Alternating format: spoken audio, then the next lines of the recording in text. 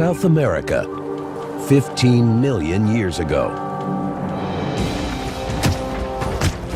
A monster creature called the terror bird is the king of beasts in this terrain. You look at them, they have this absolutely huge head. This would have been a very powerful weapon. For the only time in history, a bird is top predator on an entire continent. Then, the terror bird treks 7,000 miles to North America.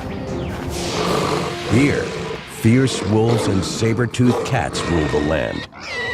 And the giant bird has a fight on its hands. In this epic conflict, who would prevail? The birds from the south or the beasts of the north?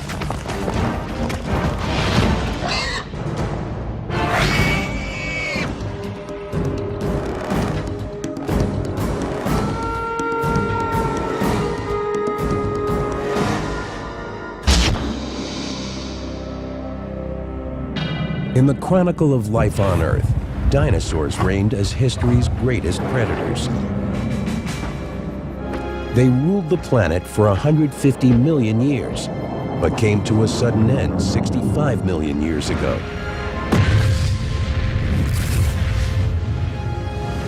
Many believe an asteroid or comet killed off the dinosaurs. Once they were gone, the job of top predator was open. Mammals would become great predators on the rest of the planet. But in South America, things were different. The Isthmus of Panama had not yet appeared, and waters surrounded the continent.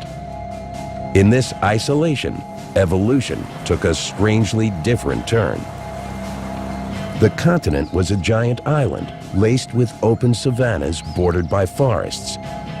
Here, the mammals were docile plant eaters, ranging from large sloths to bizarre armored creatures such as the glyptodont.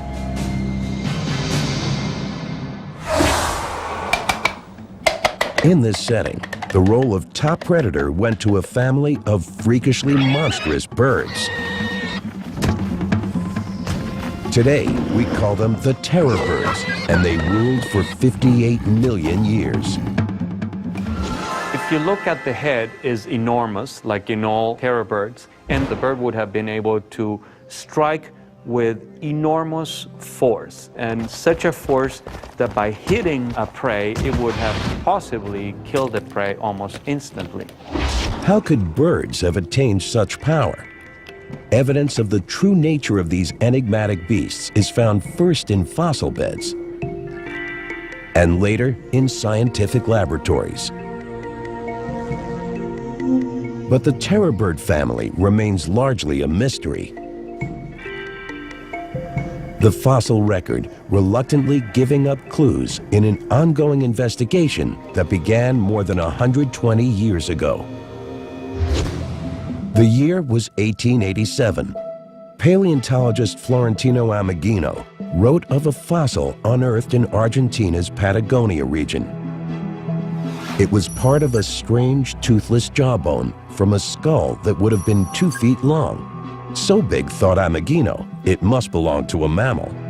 Then, in time, with more discoveries and more studies, he realized that he had made a mistake.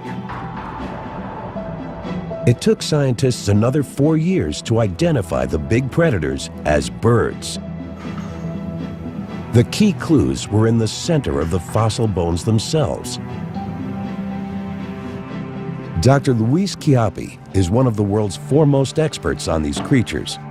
He studies terror birds at the Natural History Museum in Los Angeles. Sometimes it's not easy to tell apart a bird bone from one that is either of a mammal or another reptile. But one thing that in general is quite consistent is that bird bones are hollowed and they have very thin walls, as opposed to the bones of reptiles or mammals that are not. Here on my right hand, I have the bone of a crocodile, and you can see the difference. In time, a scattering of other fossils was discovered. Birds, yes, But what kind? They were undoubtedly big and certainly flightless. And then, skulls with sharp hooked beaks turned up, meaning these were monster carnivores.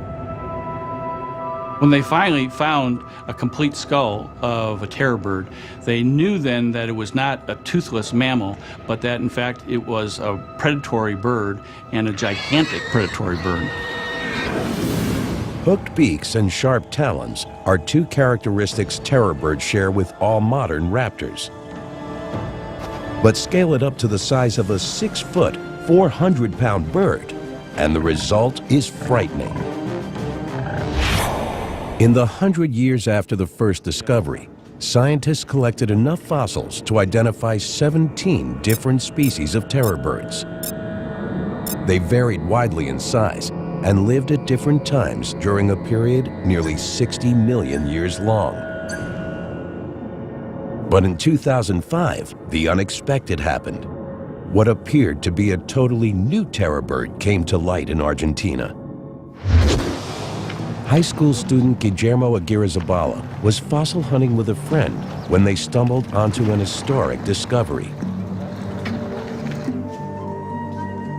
Guillermo, now a paleontology student in Buenos Aires, had been interested in fossils ever since he was a young boy.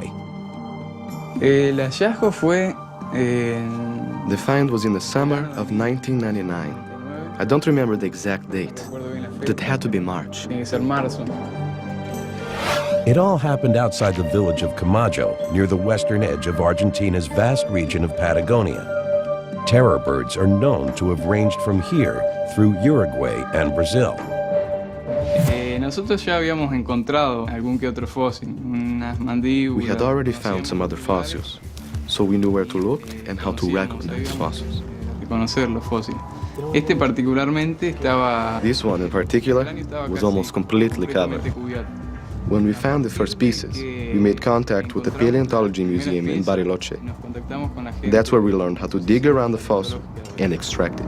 Y bueno, ahí es donde aprendimos a extraer fósiles. Guillermo and his friend carefully covered their find and took it 40 miles away to the town of Bariloche. They gave it to the town's tiny paleontology museum, where it remained nearly unnoticed for 5 years. When Luis Chiappe learned of the find, he led an international team to determine the new specimen's place in the family of terror birds. He discovered it was a totally new species.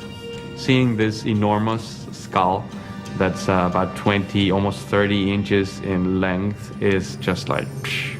I mean, it's a wow moment, no question about that. Chiappe's team dated the skull at 15 million years old and named it Kelenken Guillermoy. Kelenken for a native Patagonian spirit, Guillermoy for Guillermo. Kelenken was a spectacular find. It was a new species with a head unlike any other bird in history. At 28 inches long and with a skull essentially bigger than that of a horse, the skull of Kelenken is the largest bird skull ever.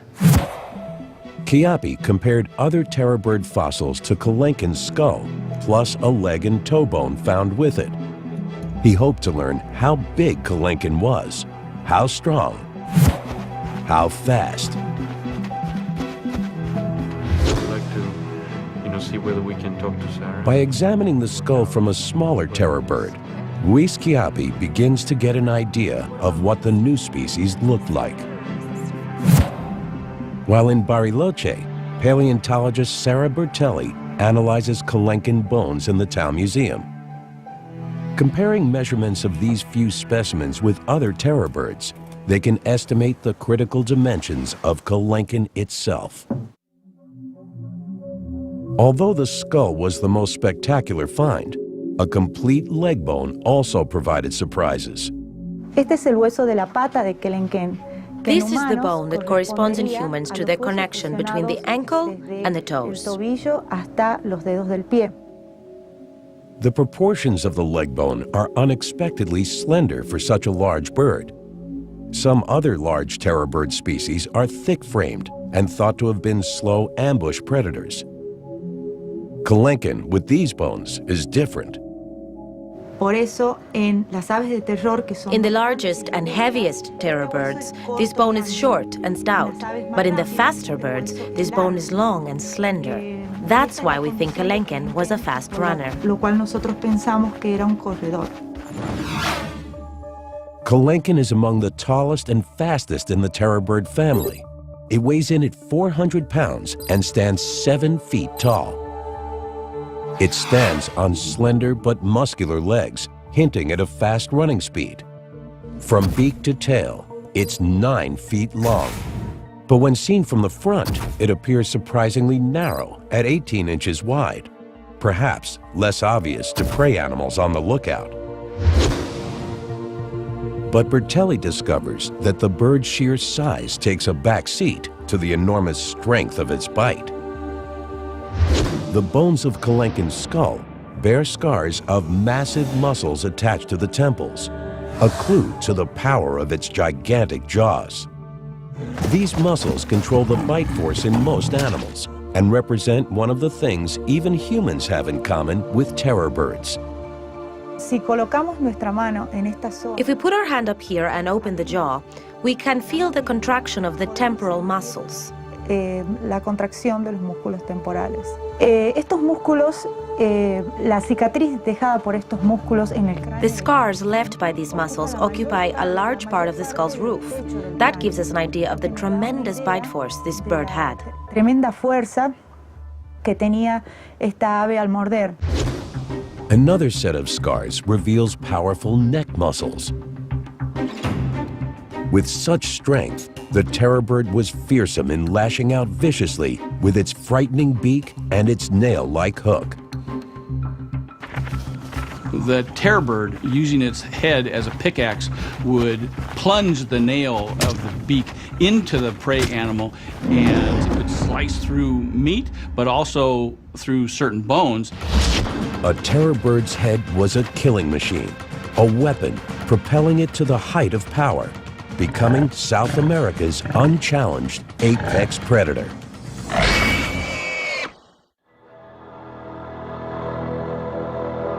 In South America, the head of the terror bird Kelenken is driving new research into these extraordinary predators. The fossil skulls of the terror bird family are evidence of their use as weapons for swift, efficient attacks. But now, advanced technology can tell us how those skulls worked. All right, this will be exciting. In the United States, 2 scientists prepare to use a medical CAT scanner to probe the inner structure of terror bird skulls. Let's get this thing set up. Larry Whitmer is a professor of anatomy at Ohio University. He's hosting Bob Chandler, a terror bird specialist from Georgia State College and University. All right. What are you doing now? We're going to get it lined up here so that we can get it sort of centered and square within the X-ray beam. So we'll run the laser right down the top there. We're good. The process takes the skull of a terror bird and turns it inside out.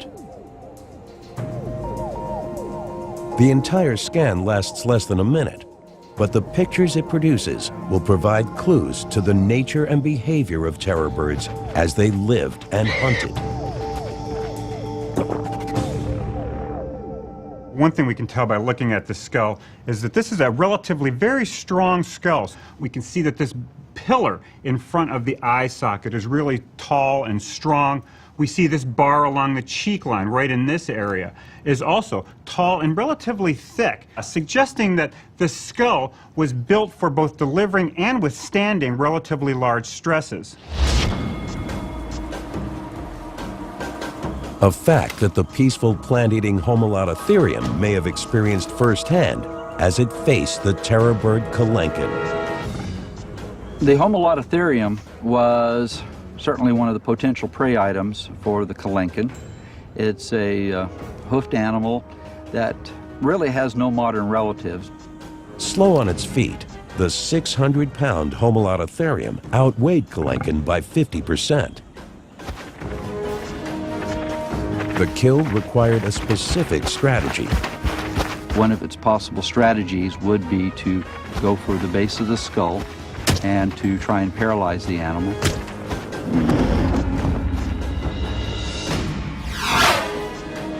Once the prey was down, a terror bird's beak was all about shredding flesh, a familiar behavior in birds of prey even today. I know. Joe Camp is a Southern California animal trainer. Using a modern-day hawk, he demonstrates how the sharp hook is a primary tool for any bird of prey, living or extinct. It gives you a really good idea of how the beak works.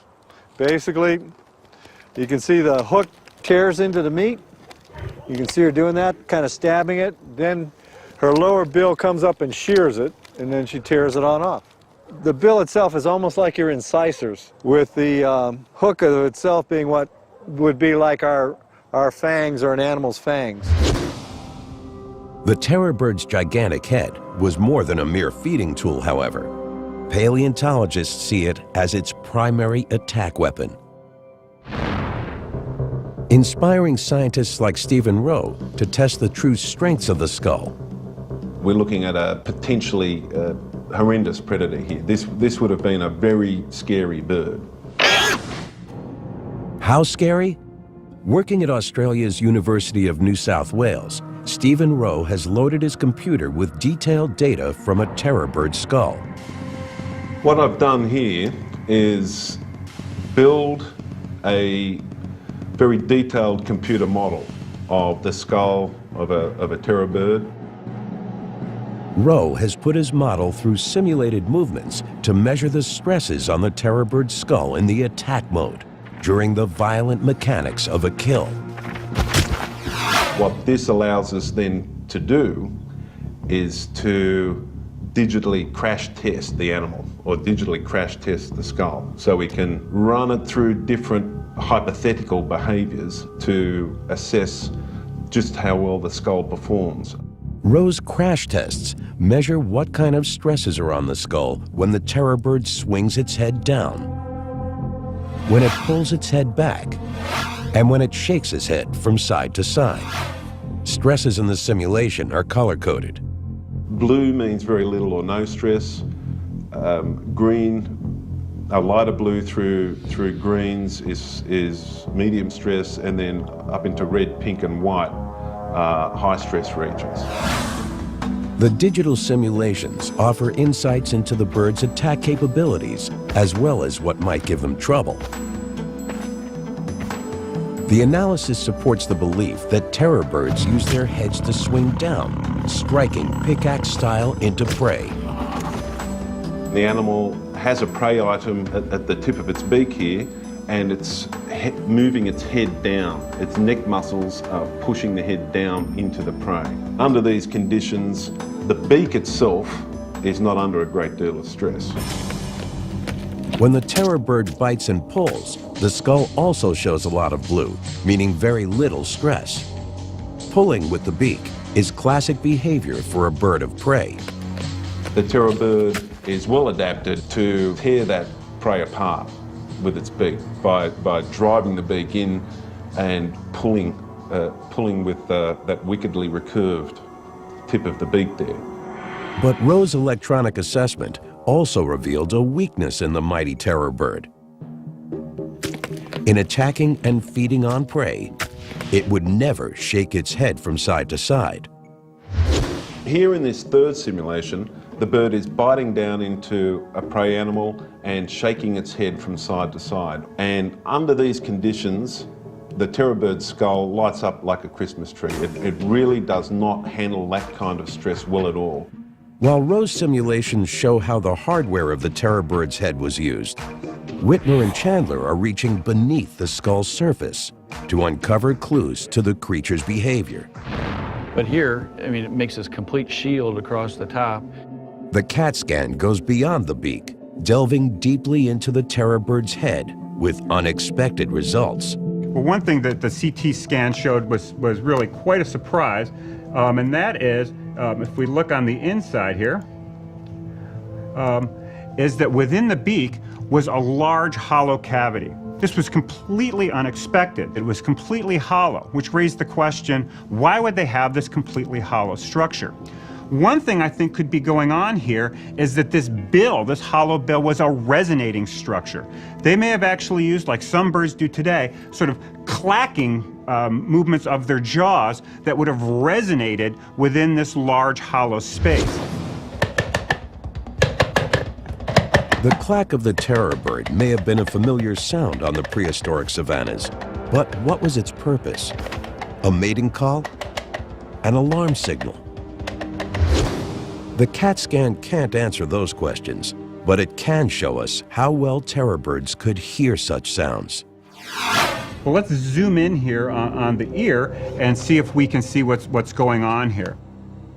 None of the terror bird's soft tissue remains, but the spaces left by organs like the brain and inner ear show what they look like in exquisite detail.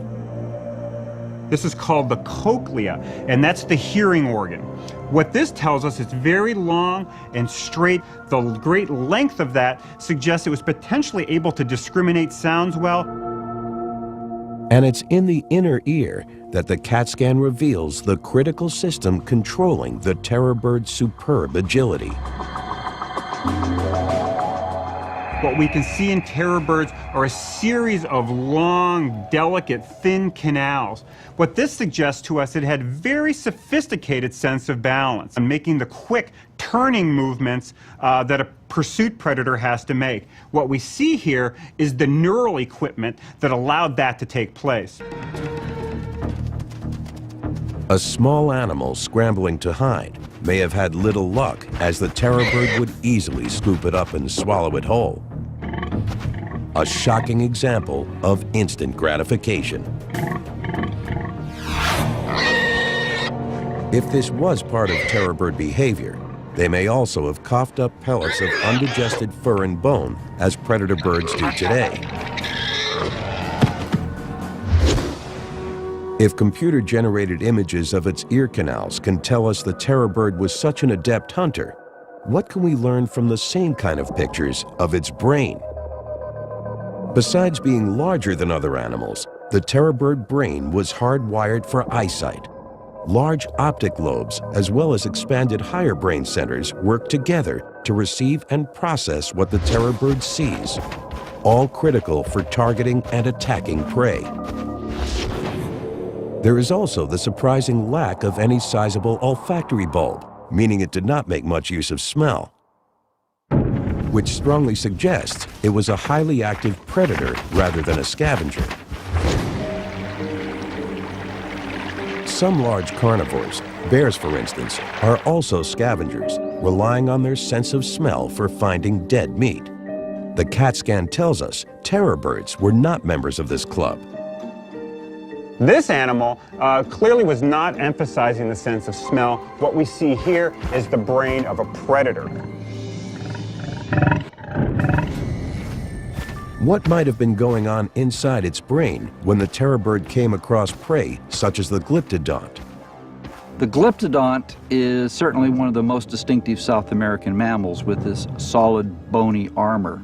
The glyptodont that lived at the time of the Kalenkin was about a 200-pound animal. It's completely covered with armor over its back, surrounding its tail, and on the top of its head. So you're talking about an animal that would be very, very difficult to kill simply because often this bony armor might be an inch thick. Here is where terror bird brain power comes into play. Now, although we sort of have this joke about bird brains being small, this is actually a relatively large brain, and these higher centers here are the cerebral cortex. And what we can see in this terror bird is that these are expanded. And what that tells us is that this animal, in fact, did have some capacity to deal with unique things and little wrinkles in its environment. This is an animal that could potentially do some problem solving. And the thick-shelled glyptodont was definitely a problem. I visualize the Kalinkin sort of walking around this glyptodont, trying to figure out how it's going to get to it, and basically sort of cocking one eye, checking it out. Finally, after studying the glyptodont long enough, I think the terror bird could have figured out that if it got its foot underneath the edge of the animal's shell, it could flip it over on its back and expose its soft underbelly.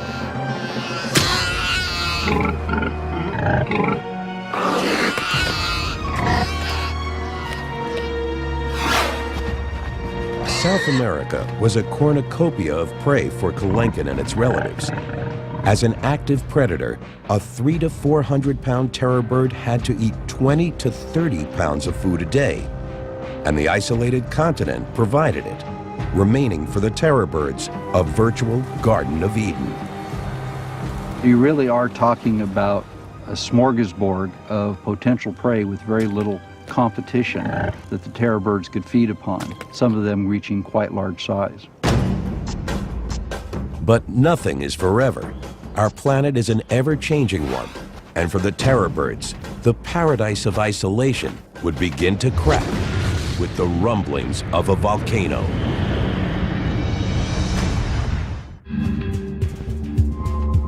Until 1961, scientists thought terror birds lived only in South America. But a lump of leg bone and part of a toe raised an intriguing new possibility. When Titanis was first found in North America, it wasn't believed. It was thought that it had to be something else. This videotape shows scientists working underwater in Florida's Santa Fe River at the exact site where they found fragments of a creature identified as Titanis walleri, the first and still the only terror bird known in North America. Can you imagine the thrill that it was to have this first specimen, an unknown species that was here in Florida? This creature, from a continent isolated from the world by water, ended up nearly 7,000 miles from its origin. Its route was paved in the lava and ash from Earth's volcanoes.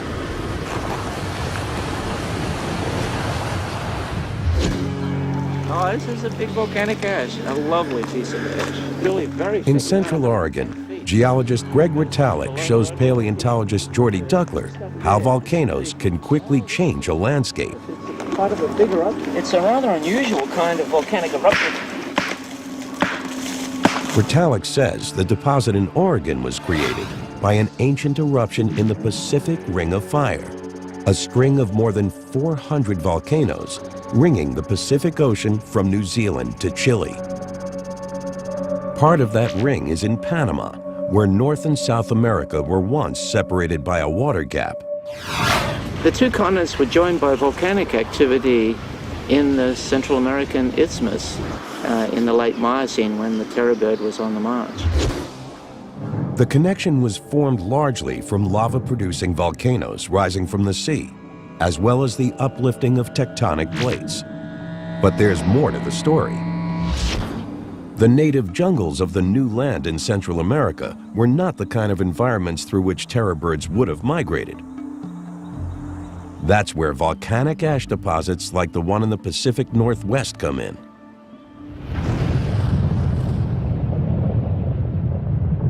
Mount St. Helens was an eruption of this sort, but it just created about 1 meter of ash.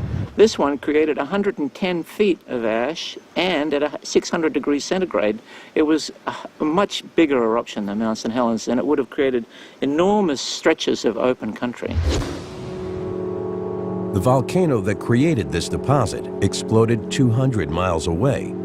The thick layer of rock it left behind can be seen in places over an area of more than 120,000 square miles. The unfortunate creatures that are in the way of this flow, they're gone. They're toast. Everything. There are trees, animals, all sorts of things. They're just burnt to a crisp. There's no sign of it. 600 degrees centigrade, that's more than a crematorium. How fast are we talking about the motion? Anything you could outrun? Well, no, they couldn't outrun this. This is death on wheels. Between 3 and 5 million years ago, eruptions like this in Panama resulted in what Ritalik calls instant land resurfacing. destroying jungle and briefly giving terror birds pathways to the north. So for the short period of time when the plants come and recolonize this devastated landscape, there's a lot of open country for open country creatures like terror birds, for example. If the terror bird encountered eruption of this sort, if it survived it, it could migrate through that new country for 200 or 300 miles. The bones of Titanus in Florida are strong evidence showing that terror birds use the Isthmus of Panama to migrate to North America.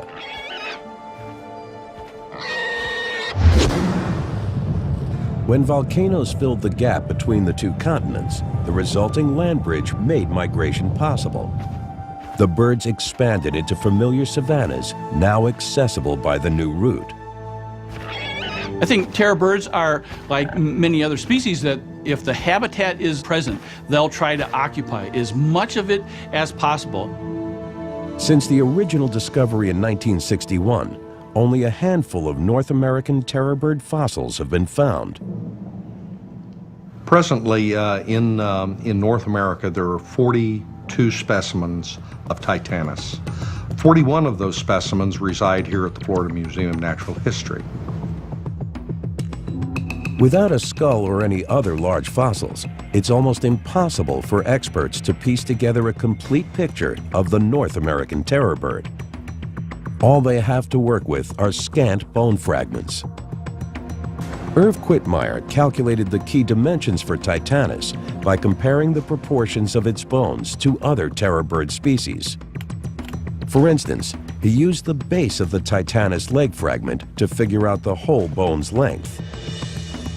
When we examine this bone, we see that it's quite broad, and such a base must have supported a long shaft of bone and a tall bird.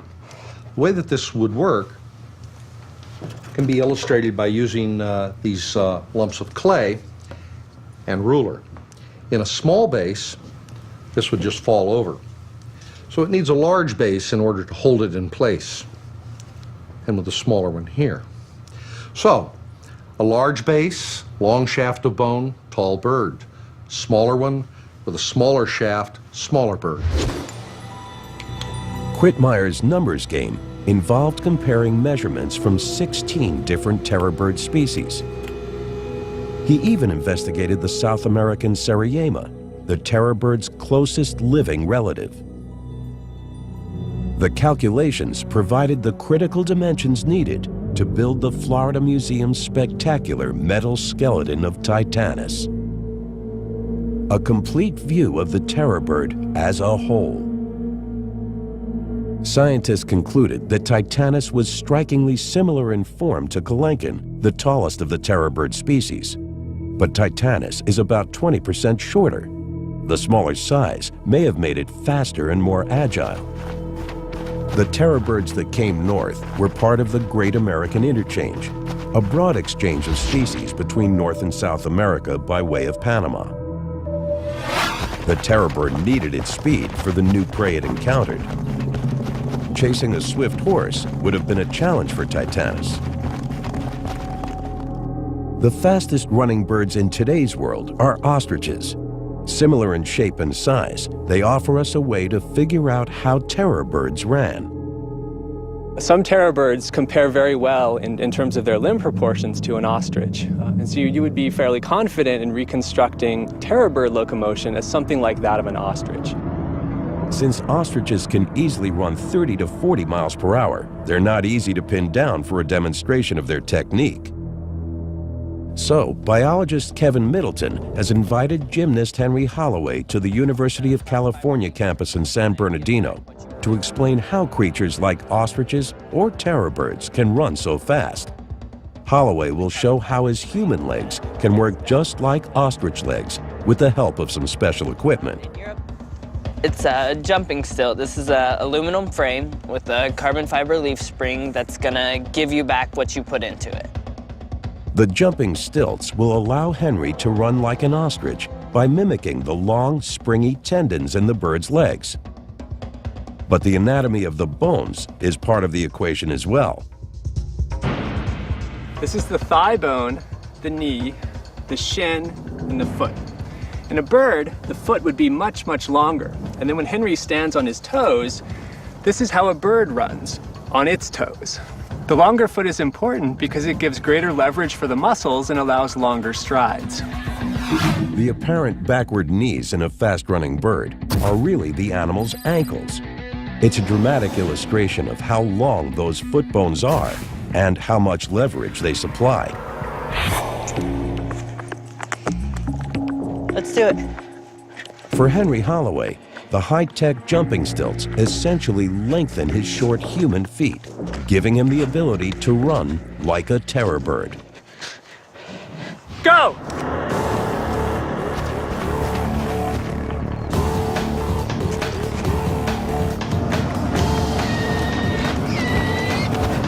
As he goes, each stride is 7 feet long, and he can do 23 miles per hour.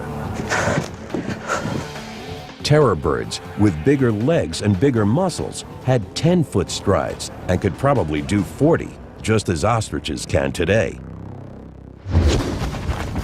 During a high-speed chase, Titanus had to run to the side of a primitive horse to avoid kicks from its hind legs. The terror bird struck effectively from this offset position.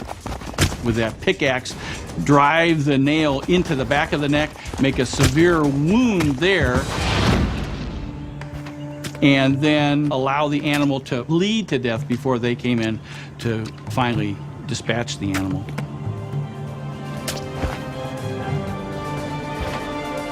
But life would not be easy in the new continent for Titanus. It was about to make first contact with the local predators in the north. These were new competitors without fear, but then they had never faced the power of a terror bird.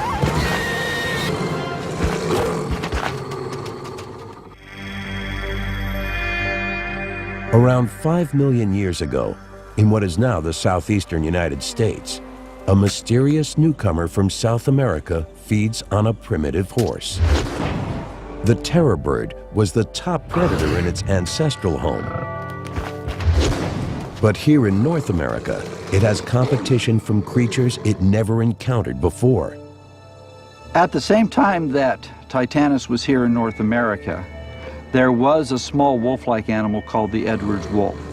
Not as large as gray wolves today, but larger than a coyote.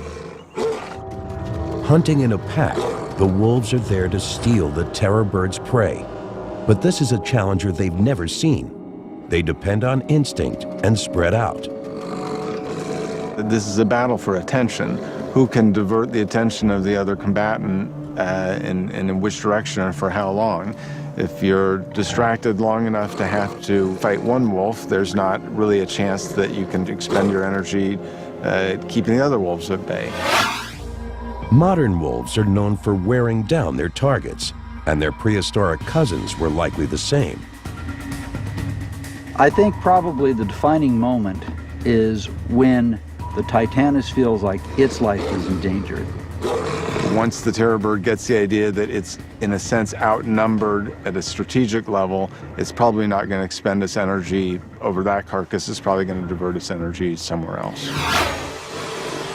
The crisis is critical for Titanus.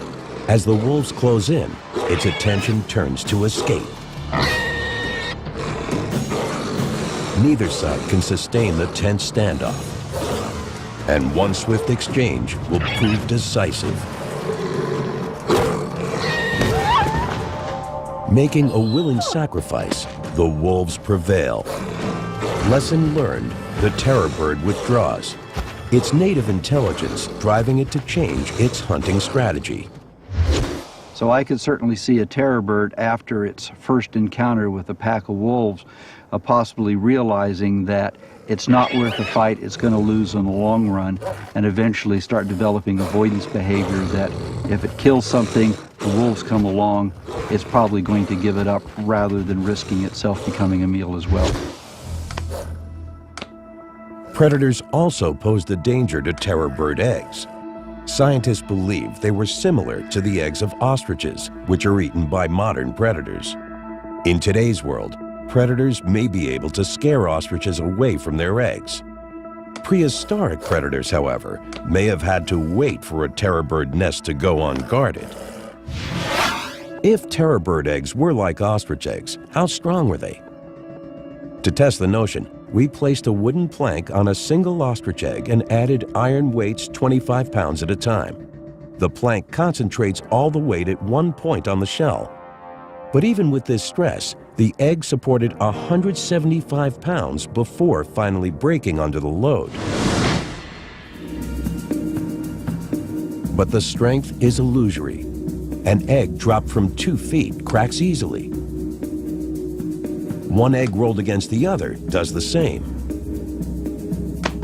An Edwards wolf may have needed no more than a little persistence to crack a terror bird egg to get to the tasty meal inside. But Titanus also faced other predators in North America. Among the most dangerous was Smilodon gracilis, a smaller ancestor to the giant saber-toothed cats that would arise within the next epoch. A modern-day encounter between cheetahs and ostriches may mirror the way ancient cats avoided adult terror birds. Their chicks, however, were another story. You can certainly visualize a female terror bird with her chicks out for a stroll. One of the chicks wanders a little too far away from the group. Saber-toothed cat jumps out and grabs it as terror bird chicken dinner. Not so fast. Mother terror bird springs into action. If the saber-toothed cat can't escape, it's going to go into offensive mode itself, use its claws to go for the breast of the animal. But here, the terror bird has superior weaponry. It strikes with its giant head again and again. The cat is killed. But too late to save the unlucky chick, lying nearby with a broken neck. Life in North America must have been more difficult for the terror birds than it was in the South. Here, it faced predators like the cats and wolves, destined to evolve into the giant megabeasts of the future.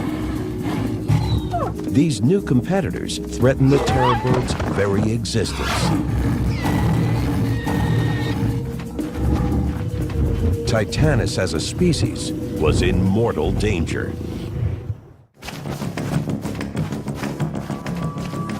The reign of the terror birds lasted nearly 60 million years. They were top predators in South America and adventurous immigrants to the north. But their extinction is a complex puzzle that scientists are still trying to unravel. Trying to come up with a good, simple explanation for the extinction of any group of animals is very difficult. One factor may be the Great American Interchange, the mixing of species migrating between North and South America, making life for terror birds more difficult. One of the things we can look at is lack of competition with other predators, and the fact that once you start getting North American predators, dogs, cats, things like that, there's increased competition for a food supply. 2 million years ago, terror birds in North and South America may have been hard-pressed to find a meal when saber-toothed cats shared their territory. The pressure from predators and competitors may be two factors in the terror bird's extinction, but there's also a larger picture.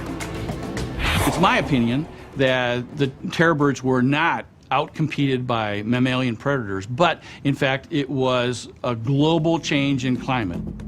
2 million years ago, the Earth entered its series of ice ages. The glaciers in the north tied up ocean water as ice. The sea levels dropped, which lowered the groundwater table in places like Florida, where Titanus lived. The landscape dried out. It's going to have a lot drier vegetation. This affects what's available for its prey to eat. So you're going to have a change in the numbers and the variety of animals that Titanus might have been feeding upon. So it's sort of a domino effect with the climatic change leading up to eventually the demise of Titanus. In South America, the Andes continued the upward push they have been making for millions of years.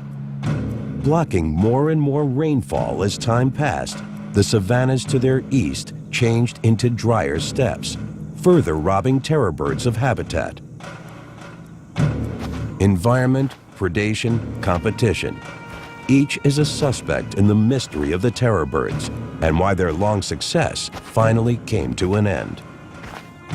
Is it one? Is it a combination of all three? It's too early to tell at this time, but that's part of the challenge of what we're doing in this science, is as we build upon our knowledge of these animals and understand them a little bit better, we can eventually get to that ultimate question of why aren't they around today? The epilogue of the terror bird story is still unfolding in the fossil digs of Florida. While the big birds were known to have roamed the earth millions of years ago, it was once considered possible that Titanus, the last of the terror birds, may have lived as recently as 10,000 years ago. This means they might have had contact with humans. Titanus, we have not seen a single fragment. It's probably just not the right environment for Titanus. It's the right time, the right age, but it may not be the right environment. Scientists Richard Halbert and Bruce McFadden direct a dig in a limestone sinkhole where sediments hold fossils of the Great American Interchange. The timeline riddle for Titanus was important to solve. Humans on the same turf as terror birds could have hunted them out of existence. If Titanus lived until about 10,000 years ago, one possible explanation for why Titanus, the terror bird, might have become extinct was human influences, because it's pretty clear that by that time, humans were spreading through North America. The problem was this. On dry land, fossils are found in sedimentary layers. The position of the layer usually corresponds to the date of the fossil. But the Titanus fossils were found underwater, where the Santa Fe River had moved them around. Where are these fossils from? Because then they're found as single individual fossils out in the middle of the stream rather than in-place sediments in the sinkhole. Divers found the Titanus fragments mixed up with bones from animals known to have lived 10,000 years ago. So how old could they really be? Bruce McFadden solved the mystery with the chemical signatures of the minerals in the fossils. He compared Titanus bones to specimens known to be very recent and others known to be 2 million years old. When bones become fossils, they absorb minerals from the local groundwaters, and those minerals are unique for every period of time. So fossils that are formed at different times have different chemical signals. McFadden ground tiny amounts of fossilized bone from the Titanus pieces and prepared them for analysis by a mass spectrometer. The result gave him a clear profile of the chemical elements in the terror bird bones. Conclusive proof that it lived long before ancient man reached North America. And we have two basic patterns. We have a pattern for the very young bones that are about 15,000 years old. And then we have another pattern of bone, which actually is up here, that represents animals that are 2 million years old. And the Titanus specimens plot exactly over the concentrations of elements of the 2 million year old fossils. But amazingly, the story didn't end there. The terror bird had more to tell us about its survival in the north. McFadden also found that a Titanus fossil from Texas was not 2, but 5 million years old. It means the terror bird lasted in North America for at least 3 million years, a long run for any species. It's a remarkable statement of adaptation and a fitting last act for this spectacular family of predators. Despite a wide range of new competitors, Titanus was the proud successor to the terror bird legacy. In its final home in North America, it didn't just survive, it thrived.